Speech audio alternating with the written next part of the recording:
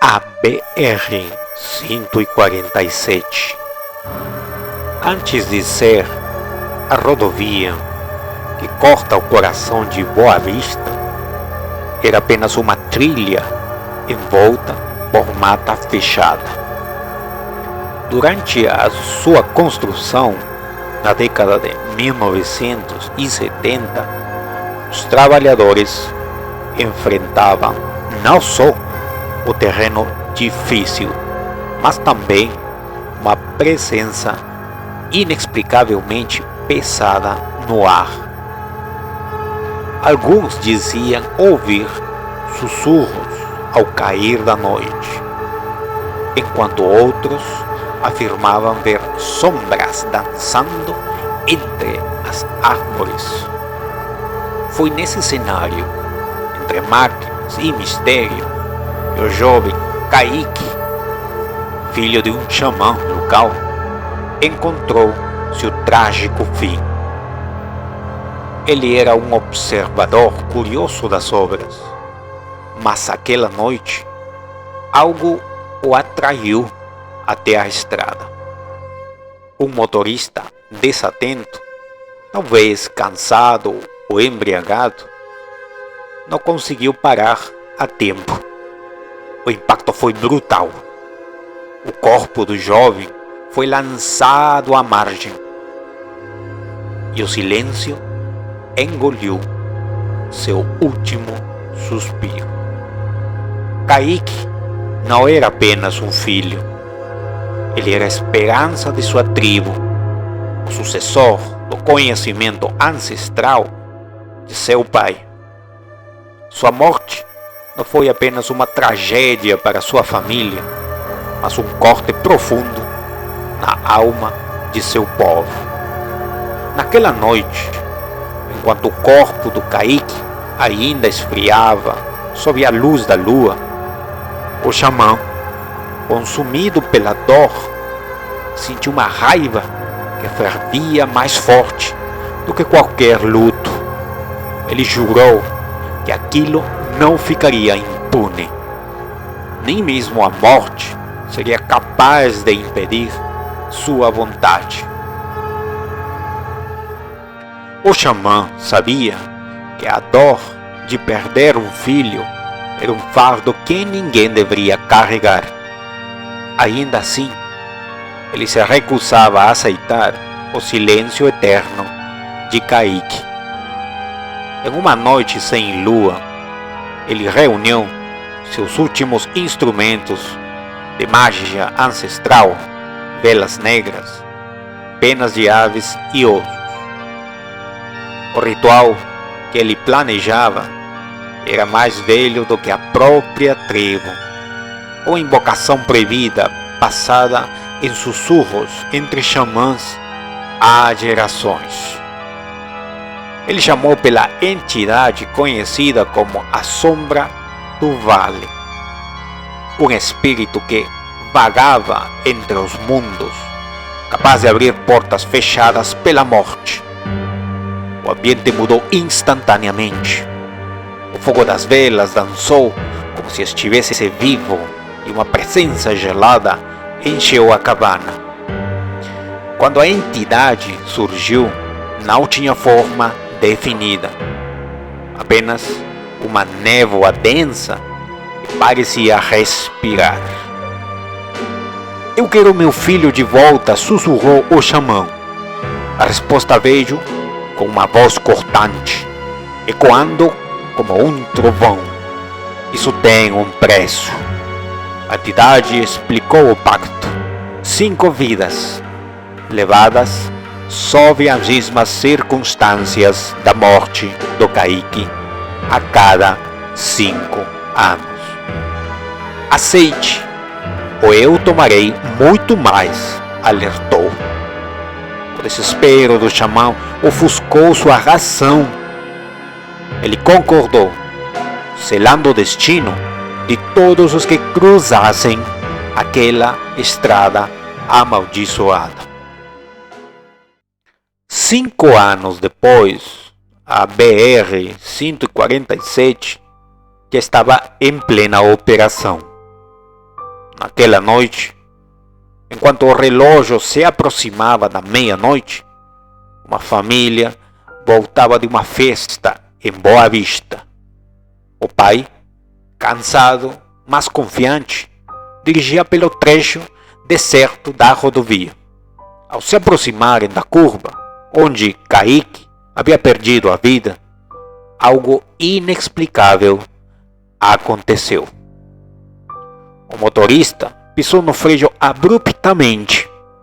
Os pneus gritaram contra o asfalto. Ele jurou ter visto alguém parado no meio da estrada, mas quando olhou novamente, a figura havia desaparecido. O carro, fora de controle, capotou várias vezes antes de parar. Uma pilha retorcida de metal.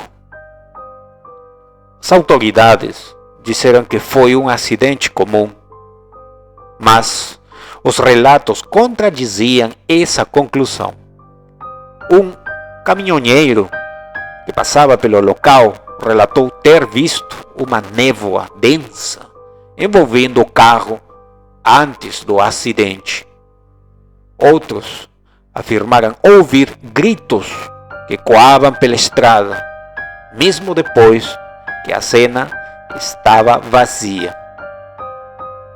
O padrão começava a se formar, mas ninguém estava preparado para aceitar a verdade.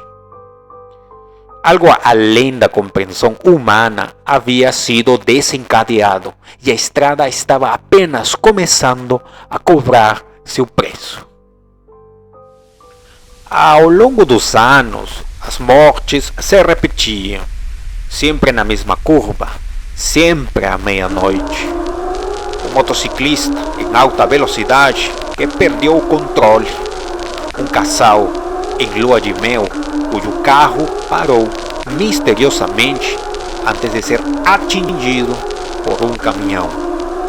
Cada vida perdida parecia alimentar algo sombrio e insaciável.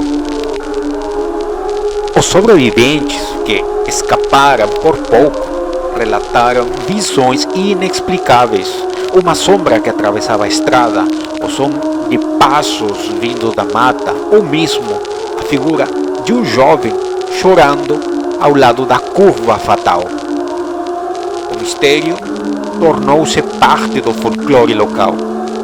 A curva da sombra passou a ser evitada, mas nem todos conseguiam resistir à curiosidade.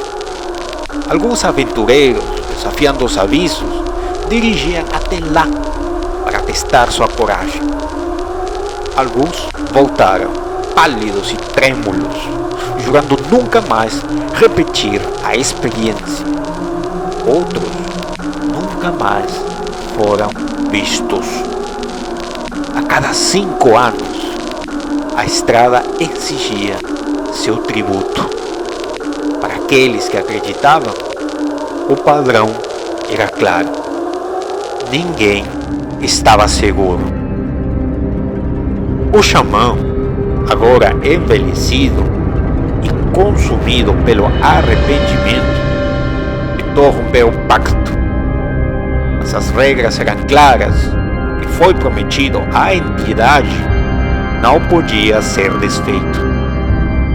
Ele se isolou na floresta, atormentado pelos sons dos gritos que ecoavam pela estrada à meia-noite. Perdoem-me, ele murmurava ao vento, mas sabia que seu pedido não seria atendido. A sombra do vale apenas ria, sua voz sussurrando nas árvores, nas correntes de ar que passavam pela rodovia. Em última tentativa desesperada, o xamã realizou um ritual inverso, queimando suas relíquias e clamando pela misericórdia dos deuses. Mas a entidade apareceu novamente, desta vez tomando forma. Você fez sua escolha, zombou a névoa. Agora observe o que plantou. No mesmo instante, um som de pneus cantando na estrada ecoou pela floresta, seguido por um grito agudo que cortou o ar. Outra vida havia sido ceifada. Hoje, a curva permanece como um monumento silencioso à tragédia. Cruzar a BR-147 à meia-noite é um teste de coragem. Para muitos, é também uma sentença de morte. A sombra continua a esperar, paciente e faminta. Moradores locais ainda murmuram sobre as luzes estranhas na estrada e o som de passos invisíveis que os seguem. A rodovia é mais do que uma estrada, é um portal para algo que não deveria existir.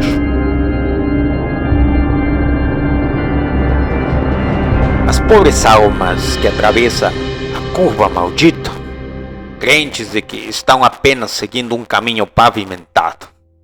Que ironia deliciosa! Não sabem que seus destinos já estão marcados, escritos com sangue daqueles que vieram antes. Você os vê confiantes ao volante, como se o metal de seus carros fosse suficiente para protegê-los.